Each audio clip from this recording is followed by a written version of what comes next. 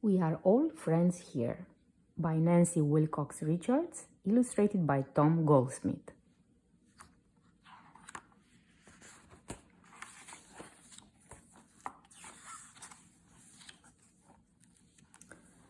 Arthur Levy bugged me in the nursery school. He bothered me in kindergarten, and now I'm stuck with him in grade 1. Our teacher, Mrs. Now, said, "Sonny and Arthur, you sit at this table." So now Arthur sits right beside me. He scatters his stuff everywhere. He always loses his pencil. And he wiggles the desks a lot. So I did my printing on my lap today. But Mrs. Snow told me it was messy and she knows I can do better. Thanks to Arthur, I had to start all over again.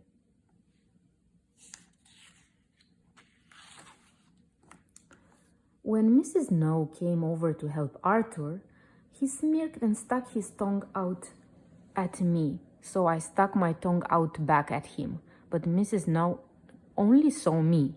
She said, "Sonny, back to work." "It's not fair," I tried to explain. Arthur stared it, but she was not listening to me. Why does Arthur always get more attention? Finally, it was snack time.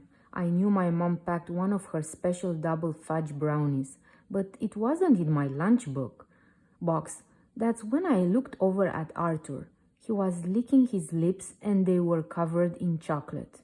When I told Mrs. Now, she said, "Sonny, we are all friends here. I'm sure it was an accident." Then she asked Arthur to share his cookies with me, except they had raisins and I don't like raisins.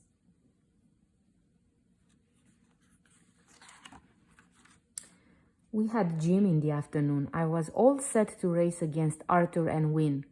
Mr. Fernandez yelled, "Ready, set, go." I took one step and splat. Then I saw the problem. Arthur's sweatshirt was tangled around my feet. "No fair," I yelled, but Arthur was halfway down the gym. He didn't even care that my knee was bleeding.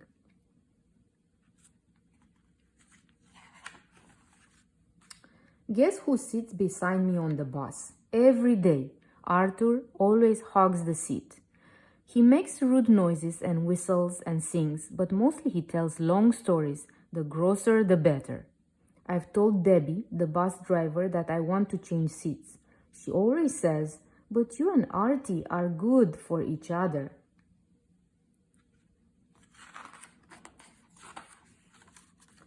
In nursery school, the teacher thought Sonny Marshall was perfect. In kindergarten, the teacher said he was a ray of sunshine. Sonny never ever gets in trouble. Sonny sits right beside me. He lines up his pencil in a neat row. He hardly ever uses his eraser. Sometimes he doesn't even look at the page, but he can still print on a straight line. Today I had to erase so hard that I tore a hole in my paper. That wiggled the table. Sonny got mad because he had to do his printing all over again. Mr. Now came to look at my work and caught Sonny sticking out his tongue at me. When I concentrate, I know I stick my tongue out. Sonny must have thought I was sticking it out at him.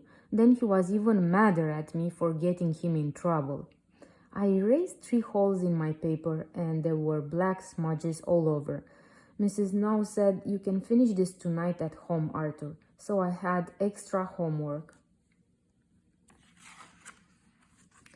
Finally, it was snack time and I had a brownie. I gobbled it up in one bite. Next thing I knew, Sonny was saying that I ate his brownie. It's not my fault, we both have red lunch boxes. Then Mrs. Now made me give Sonny an oatmeal raisin cookie.